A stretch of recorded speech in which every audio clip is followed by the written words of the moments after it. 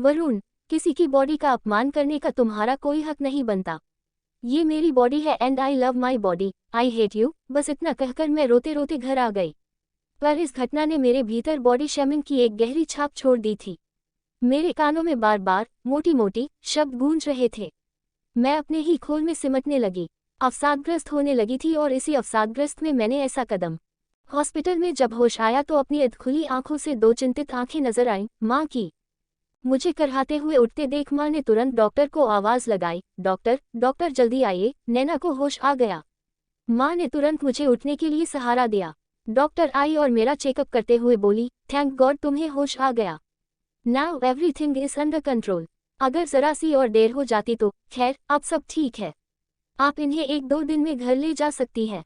Checkup करके doctor ने माँ की तरफ देखकर कहा। उनकी बात सुनकर माँ की उदास पनीली आंखों में एक उजली सी चमक आ गई। डॉक्टर कुछ क्षण रुकी और फिर मेरे सिर पर हाथ फेरते हुए स्नेह से कहा, मैं एक डॉक्टर होने के साथ साथ एक औरत भी हूँ। हम औरतों को जीवन में हर पल संघर्ष करना पड़ता है, कभी किसी चीज में तो कभी किसी चीज में। ये जरूरी नहीं है कि परिस्थितियां हमेशा हमारे अनुकूल हों, लेकिन इसका मतलब ये तो नहीं कि प्रतिकूल परिस्थितियों में हम कायरों की तरह ऐसा कदम उठाएं। नैना, औरत का दूसरा नाम शक्ति है। औरतों का आत्मविश्वास, सहनशीलता और उसकी हिम्मत ही उसका सबसे बड़ा हथियार है। इससे वो दुनिया का निडर होकर सामना कर सकती है। ये दुनिया है और दुनिया के लोग कुछ ना कुछ तो बोलेंगे ही। वो कहते हैं ना, कुछ तो लोग कहेंगे। लोगों का काम है कहना। हाँ, इन्हीं लोगों के कहने को हम बॉडी शेमिंग कह सकते हैं। ये संकीर्ण सोच वाले लोग ही बॉडी शेमिंग जैसा अपराध करते हैं। उसके लिए अपने आप को दोषी ठहराना व्यर्थ है। बॉडी शेमिंग का शिकार कोई भी हो सकता। ईश्वर ने हम सभी के शरीर की संरचना अत्यंत खूबसूरत की है और इस शरीर से प्रेम करना ही हमारी ताकत है, जिसके सामने बॉडी शेमिंग के कोई मायने नहीं रहते। इसलिए हमेशा एक बात याद रखना, कुछ तो लोग कहेंगे। लोगों का काम है कहना, it's your body, love yourself and your body, love your life too, take care. एक ममत्व भरे अंदाज में कहकर वे चली गई। धीरे धीरे समय बीतने के साथ साथ जीवन सामान्य ढंग से चलने लगा। एक दिन सुबह जब आंख खुली तो देखा बाहर मौसम बहुत सुहाना हो गया था। काले काले बादलों ने पूरे आकाश को अपनी बाहों में भरा हुआ था। मैं बालकनी में कॉफी का कप हाथ में लिए सुहाने मौसम और सागर की अटखेलियां करती लहरों की जुगलबंदी में खो गई थी। पता नहीं इन लहरों और मौसम की जुगलबंदी में क्या कशिश है कि वे सदा मुझे इनकी गहराइयों में खो जाने को विवश कर देती है। मनुष्य के शरीर की संरचना उसके हाथ में है क्या? उसके शरीर के भीतर क्या हो रहा है ये उसे कैसे पता होगा? क्यों हम इतने कमजोर पड़ जाते हैं कि बॉडी शेमिंग जैसे कुकृत्य का शिकार हो जाते हैं और अपना आत्मविश्वास खो बैठते हैं? ईश्वर ने सभी मनुष्यों को इस धरा का वासी अपने हिसाब से बनाया है। ये तो प्राकृतिक है, फिर हम कैसे प्रकृति के विरुद्ध जा सकते हैं? मैं अभी अपने विचारों के साथ इन लहरों में खोई ही थी कि अचानक मेरे फोन की घंटी बजी। हेलो हेलो नैना, तुम आ रही हो ना आज? ये सभी बुजुर्ग तुम्हारी राह देख रहे हैं।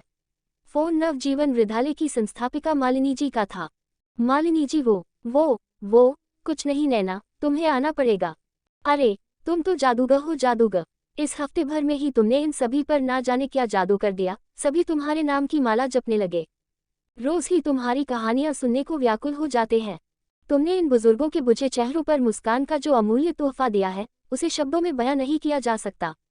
पता है नैना, ये बुजुर्ग जब यहाँ नवजीवन में आए थे तो ये सभी अपने जीवन से हताश और निराश हो चुके थे।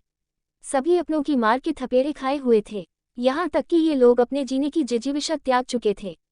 किंतु तुमने इन्हें जीने की एक नई किरण दिखाई है। जो घाव इनके परिवार वालों ने इनके हृदय को दिए हैं, तुम्हारी कहानियों ने उन घावों पर मरहम लगाई है।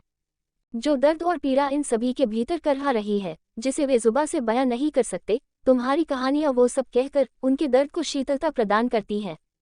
पता है नैना, तुम जो कहानियां लिखती हो ना, वो जीवन के आईने जैसी होती है।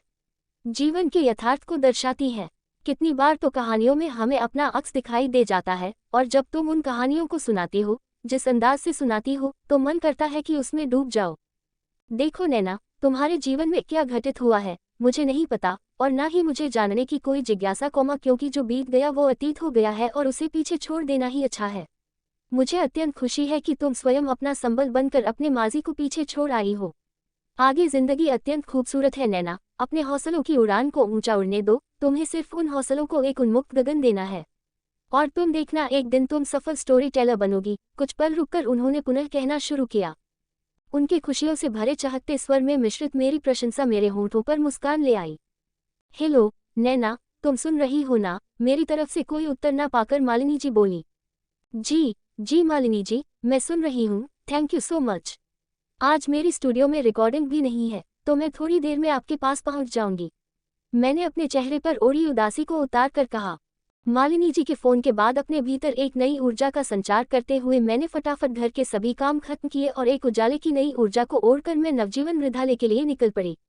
आज इत्तेफाकन सारे सिग्नल भी हरे मिले, मानो जैसे मुझसे कह रही हो कि नैना, अब तुम्हारी जिंदगी में रेड लाइट की जगह ग्रीन लाइट ने ले ली है। तुम बस आगे बढ़ो। जैसे जैसे एक एक सिग्नल आंखों के आगे से निकल रहे थे, वैसे वैसे मेरे नैना से नैना स्टोरी टेलर बनने तक का सफर भी आंखों के आगे निकल रहा था। मैं नैना नैना पाठक गौरवर्ण, तीखे नैन नक्श, एक हरिकाया और लंबे घने केशों की स्वामिन थी। कॉलेज में हर विषय में मेरी अच्छी पकड़ होने के कारण मैं अपने सभी शिक्षकों की प्रिय थी।